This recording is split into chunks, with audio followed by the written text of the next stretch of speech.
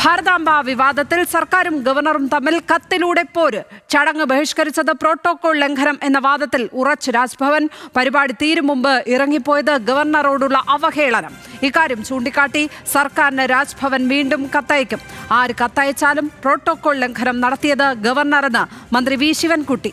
രാജ്ഭവനിലെ RSSകാരെ മാറ്റി ശുദ്ധികലശം നടത്തണമെന്നും മന്ത്രി ന്യൂസ് മലയാളത്തോട്. തിരുവനന്തപുരത്ത് ഞങ്ങളാരും കേട്ടുകേൾവി പോലും ഇല്ലാത്ത ഒരു സംഘടനയെ കൊണ്ട് സെനറ്റ് ഹാളിൽ ഒരു ചെറിയൊരു യോഗം നടത്തി അവിടെ ഒരു സംഘർഷം ഒക്കെ തന്നെ ഉണ്ടാക്കുന്നതിന് വേണ്ടി എൻ്റെ പിറകിൽ പ്രവർത്തിച്ചത് ഗവർണറുടെ ഓഫീസാണെന്നുള്ള കാര്യത്തിൽ സംശയമില്ല.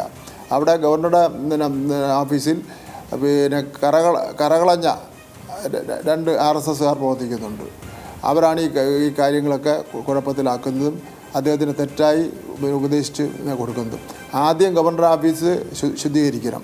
അവിടെ RSSൻ്റെ 2 നേതാക്കന്മാരെ അവിടെ നിന്ന് ഒഴിവാക്കിയിട്ട് രാജ്ഭവൻ എങ്ങനെയാണോ പ്രവർത്തിക്കേണ്ടത് എന്നത് ഭരണഘടനയിൽ പറയുന്നുണ്ട്.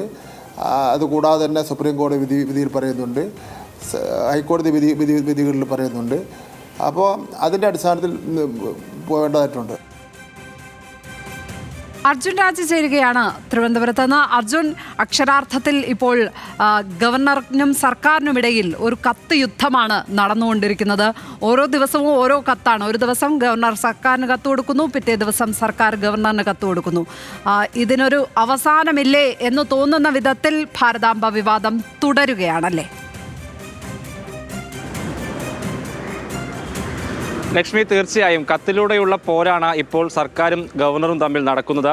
ഇന്നലെയാണ് രണ്ടാമത് സർക്കാർ ഒരു മറുപടി ഗവർണർക്ക് നൽകിയത്. അതായത് വിദ്യാഭ്യാസ മന്ത്രി പ്രോട്ടോകോൾ ലംഘനം നടത്തി ഗവർണർ എന്ന പദവിയെ അപമാനിച്ചു എന്ന് ചൂണ്ടിക്കാണിച്ചുകൊണ്ടാണ് സർക്കാരിൻ്റെ കത്തിന് ഗവർണർ മറുപടി നൽകിയത്.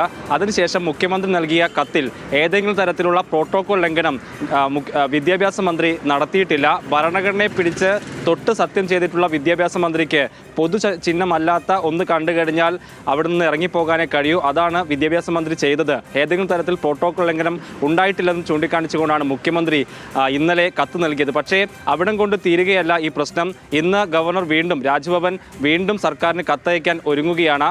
അത് നേരത്തെ പറഞ്ഞ വാദങ്ങൾ അതേപടി ആവർത്തിക്കുന്നതാണെന്നുള്ളതാണ് പ്രധാനപ്പെട്ട കാര്യം. അതായത് വിദ്യാഭ്യാസ മന്ത്രി പ്രോട്ടോകോൾ ലംഘനമാണ് നടത്തിയത്. ആ പരിപാടി തീരുന്നതിന് മുൻപ് അവിടെ നിന്ന് ഇറങ്ങിപ്പോരുന്നത് ഗവർണറുടെ പദവിയോടുള്ള അവഹേളനമാണെന്ന് ചൂണ്ടിക്കാണിച്ചുകൊണ്ട് വീണ്ടും കത്തയക്കാനാണ് രാജ്ഭവൻ ഇപ്പോൾ തീരുമാനിച്ചിരിക്കുന്നത്. അതായത് പ്രോട്ടോകോൾ ലംഘനം ചൂണ്ടിക്കാണിച്ചുകൊണ്ട് സർക്കാരിന് ഗവർണർ കത്തയക്കുമ്പോൾ ഭരണഘടന ഉയർത്തിപ്പിടിച്ചുകൊണ്ടുള്ള മറുപടി കത്താണ് സർക്കാർ തയ്യാറാക്കുന്നത്. അങ്ങനെ ഈ ഭരണഘടനയും പ്രോട്ടോകോൾ ലംഘനവും തമ്മിലുള്ള 2 വിഷയങ്ങൾ ഉയർത്തിക്കൊണ്ടുള്ള പോര് ഇപ്പോഴും തുടരുകയാണെന്ന് പറയണം. എന്തായാലും വിദ്യാഭ്യാസ മന്ത്രി ഇക്കാര്യത്തിൽ ഇന്നും ഗവർണർക്കെതിരെ കടുത്ത നിലപാട് സ്വീകരിച്ചു.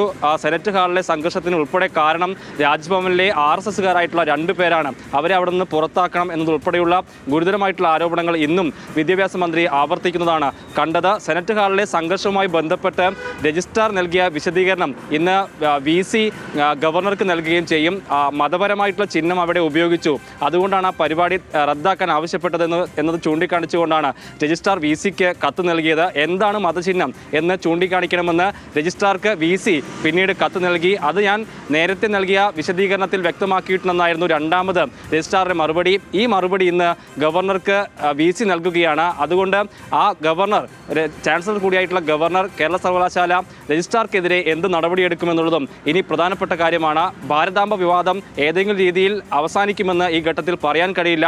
അത് ഓരോ ദിവസവും ഓരോ തലത്തിലേക്ക് മാറിക്കൊണ്ടിരിക്കുകയാണ്. സെനറ്റ് ഹാളിലെ വിഷയവുമായി ബന്ധപ്പെട്ട് രജിസ്ട്രാർക്കെതിരെ ഗവർണർ നടപടിയെടുക്കാനുള്ള സാധ്യത കൂടിയുണ്ട്. അങ്ങനെയൊക്കെ വരികയാണെങ്കിൽ ഇത് വീണ്ടും വലിയ വിവാദമായി ഉരുത്തിരിയാനുള്ള ഒരു സാധ്യത തന്നെയാണ് ഇപ്പോഴും നിലനിൽക്കുന്നത്. ലക്ഷ്മി.